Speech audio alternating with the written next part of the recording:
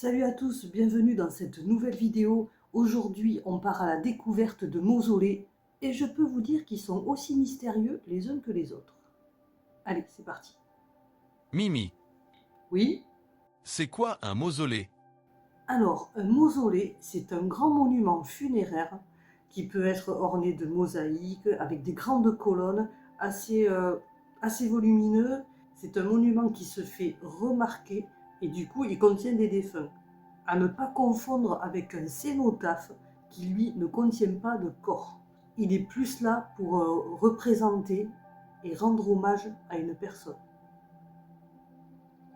Nous allons partir à la découverte d'un premier mausolée. Et quoi de mieux que Google Earth pour ça? Allez, c'est parti. Donc là, on se retrouve à Coneille dans les Landes et on va voir la gloriette de Jean Rameau. Gloriette, qui signifie gloire. Au XIIe siècle, c'était une petite chambre et depuis la Renaissance, c'est un pavillon situé dans le parc d'un château ou d'une propriété. Jean Rameau, écrivain, poète landais né en 1858, décida d'en faire son mausolée vers 1928. Il décède en 1942 et enterré sous la plaque funéraire devant l'édifice. La même année, le mausolée est classé monument historique. Il fut saccagé pendant la Seconde Guerre mondiale. À l'abandon, c'est la Fondation du patrimoine représentée par Stéphane Bern qui le sauve après 2 ans de restauration en 2022. Alors là, nous partons dans le nord-ouest de la France, voir le mausolée Le Téneur. Auguste Le Téneur, né en 1832 et décédé en 1916, marchand ambulant de profession. En 1900, il décide de construire un tombeau qui sera un lieu de rencontre pour ses descendants. La construction est tellement originale et énorme qu'elle deviendra un lieu touristique et sera nommée le mausolée Le Téneur. Au centre, une tour de 23 mètres pour symboliser l'élévation de l'âme. Dégradé au fil du temps, en 1993, il est cédé par les héritiers à la commune. Donc grâce à Google Maps, nous allons pouvoir faire une immersion directement dans le mausolée. Grâce au petit point bleu, c'est génial. Ah oui, on est carrément dedans. C'est immense. Ah oui, il y a des panneaux explicatifs. Pourquoi ce mausolée qui est Auguste. Donc on va ressortir.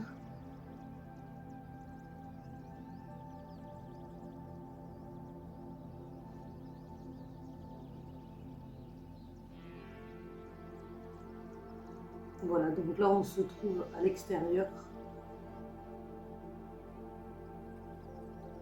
On va voir à peu près ce que ça donne. Ah, c'est immense. Vous avez cette énorme tour donc qui fait 23 mètres de haut. Et il voulait que ce soit plus haut qu'une église.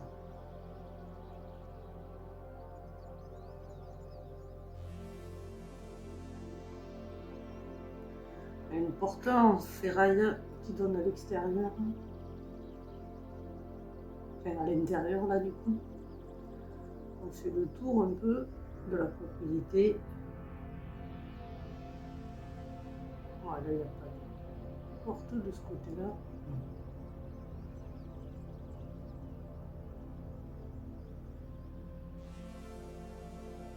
On va se rediriger à l'intérieur. Voilà, on descend dans la crypte avec ces grandes portes qui servent d'entrée. Donc on voit le caveau principal au fond avec le portrait d'Auguste ici et celui de sa femme.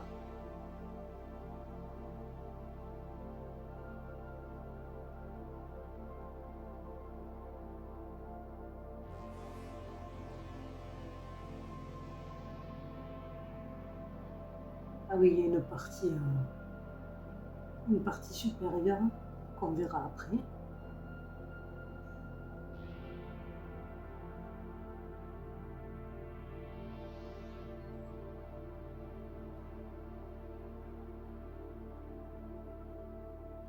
C'est hyper haut, hein, même sans la tour. Très joli carrelage au sol. Donc là, on peut rentrer. De ce côté-là, ben, normalement, il devait y avoir des enfants. Alors oui, petite précision, il n'y a plus de corps dans ce mausolée. Ils ont été déplacés.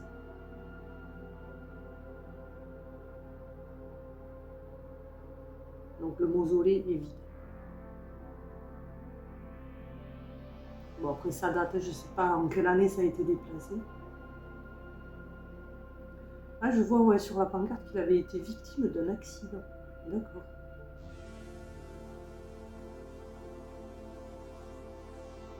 Il était juste marchand ambulant, mais bon, vu le monument, il devait... ça coûte pas 10 € quoi.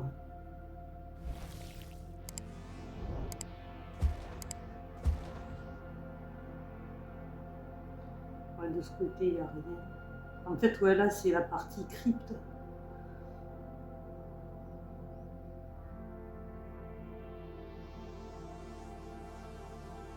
Il y a des escaliers qui montent à l'étage supérieur, qui doit donner au rez-de-chaussée, au même niveau de là où on est rentré. Donc là, il n'y a rien.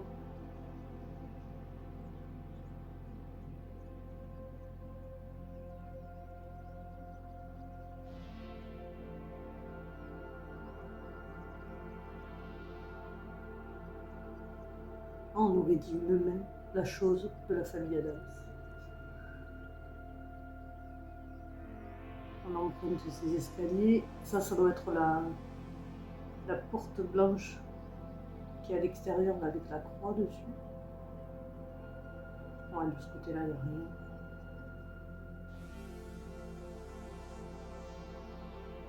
Ça a l'air bien moisi l'histoire quand même.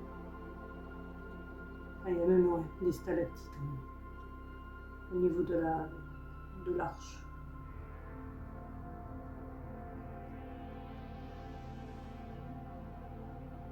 Donc on redescend.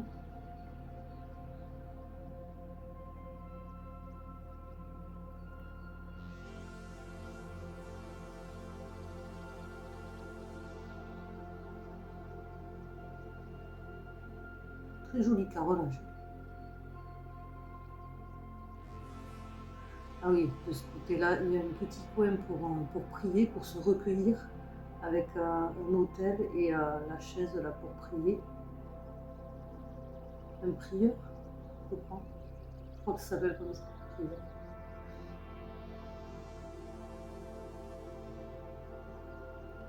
On repart à l'extérieur. On va essayer de trouver le moyen de monter, d'aller à l'étage.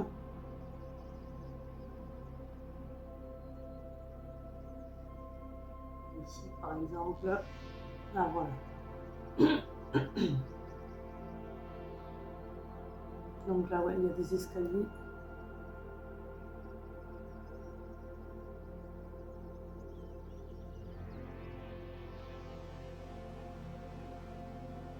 Une réserve d'eau avec un petit robinet.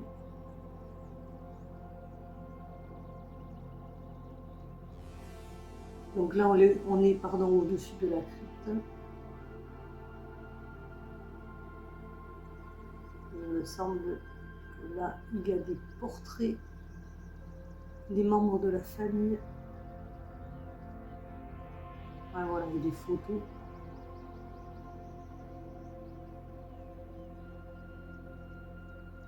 Des photos peut-être de la propriété et de la demeure. Sur le matériel, des lettres apparemment. Des effets personnels du coup.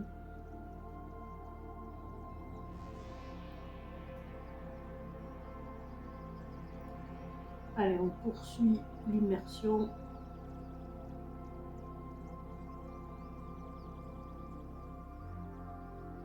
On emprunte ces escaliers. On prend de la hauteur.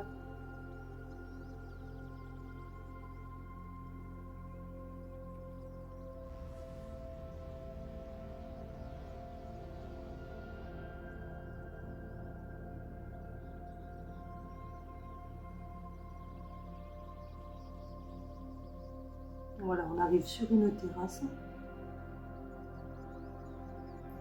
ou balcon.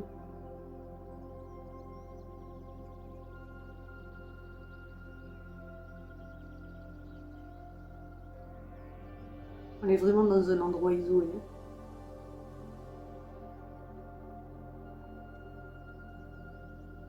Ah, nickel. La porte est ouverte, on va pouvoir rentrer.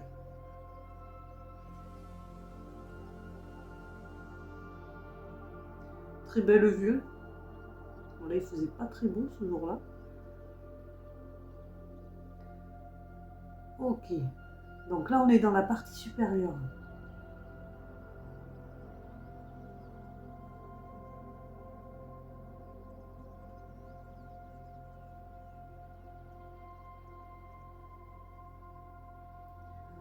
Là, on voit des photos du monument. Donc vous avez cette pièce avec de très jolis vitraux. Et en fait, vous avez quasiment la même de ce côté-là.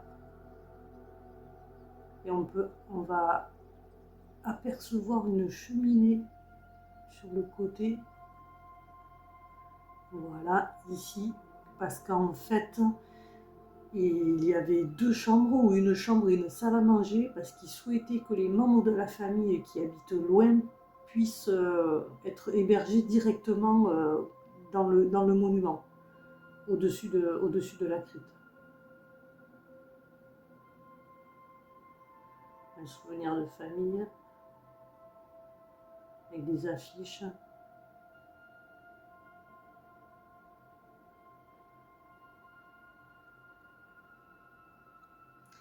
Donc après là, il y a des escaliers qui montent dans la tour, mais je pense pas qu'on puisse y accéder. Là, on a un arbre généalogique apparemment.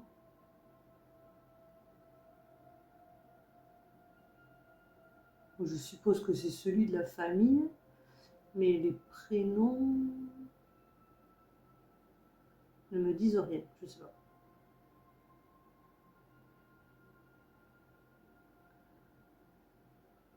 Ah oui. À cet étage, voilà, se situe la salle à manger du tombeau, destinée, d'après la tradition familiale, à accueillir annuellement les héritiers d'Auguste le Téneur pour un repas pris en commun au-dessus de la crypte. Une citerne devait assurer l'alimentation en eau, c'est ce qu'on a vu tout à l'heure, avec le petit robinet du bâtiment. 2 chambres, voilà, équipées de cheminées, auraient permis d'offrir un logis aux membres de la famille géographiquement éloignés. Donc c'est bien ça.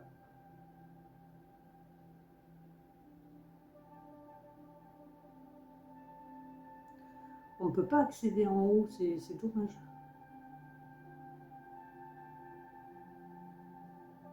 Oui, ouais, j'aurais bien aimé prendre ces escaliers là. Ouais, non, ouais, du coup ça nous met dehors. Ouais. Ouais, voilà, ça nous fait ressortir par là. Et je ne pense pas qu'on puisse y accéder. Nous allons passer maintenant à un autre mausolée. Alors c'est celui du comte Henri-Georges de Pembroke et de Montgomery. On est au sud-ouest de Paris. Est-ce qu'on peut voir quelque chose avec Street View? Eh ben non, rien du tout. Que dalle. Le comte de Montgomery décède en 1900. Sa veuve décide alors de lui construire un mausolée inspiré de l'art égyptien. Sa sœur viendra le rejoindre quelques années plus tard. Lucille, la femme d'Henri-Georges, décède à son tour en janvier 1926 et repose dans le mausolée. Il est laissé à l'abandon et connaît les premières dégradations à partir de 1930. De nos jours, les 3 cercueils qu'il abritait ont été retirés. Le monument n'a plus de fonction à présent. Et là, les amis, attention, on se rend en Dordogne.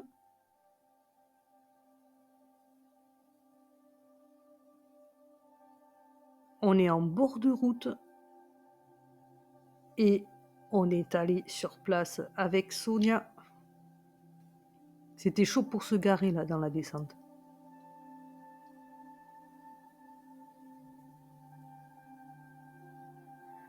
Du coup, on a emprunté ce chemin.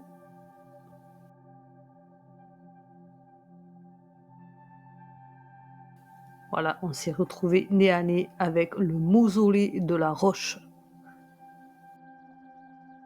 Et on se rend de suite sur place. On est en pleine forêt, je sais pas, en bord de route. La route est juste en haut. Et regardez ce qui se dresse devant nous. Un mausolée. Ouh, la jolie toile d'araignée.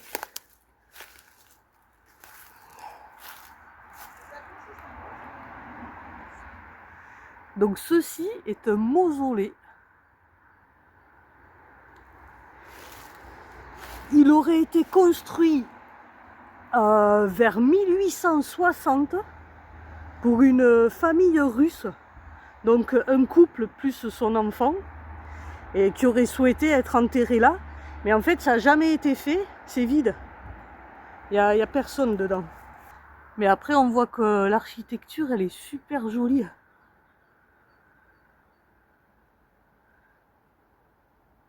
Donc voilà, je sais que c'était voilà, une famille russe. Il y en a qui ont cassé la pierre. Oui, ouais. J'avais vu ça. J'ai vu les images sur internet et j'ai découvert complètement par hasard. C'est glauque l'histoire. Et en fait, voilà, ils ont pété ou déplacé les pierres. Ça, les pété là-bas. Voilà, ben, tout simplement la bêtise humaine pour voir s'il y avait des cadavres ou des squelettes. Mais en fait, voilà, il y a rien à craindre parce qu'il y a absolument rien. Vous voyez que la porte, elle a été fracassée. Donc je fais attention quand même où je marche.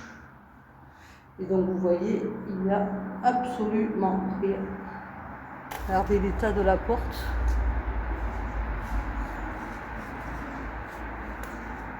Après c'est très joli. Hein. Après ce qui est très joli, c'est qu'il y a des violettes partout. C'est pas les violettes. On peut aussi que les violettes, mais c'est pas les violettes. Des petites fleurs, ouais, non, c'est pas des violettes. C'est pas les violettes. Et de l'autre côté, je sais pas. C'est pareil, mais en Italie. Alors, les 4 emplacements qu'il y a à l'intérieur étaient prévus pour le comte Lubov de Kouchelev, sa femme, sa belle-sœur et le fils de la comtesse.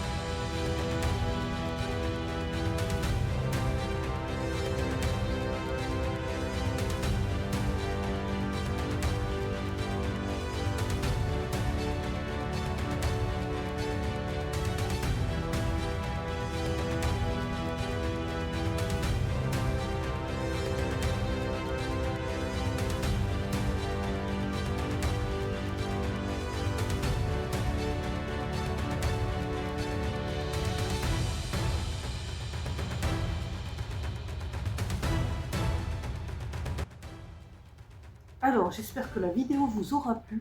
Et franchement, c'était impressionnant de se trouver en bas de ce monument, de ce mausolée, parce qu'il est vraiment très très haut, il est vraiment immense.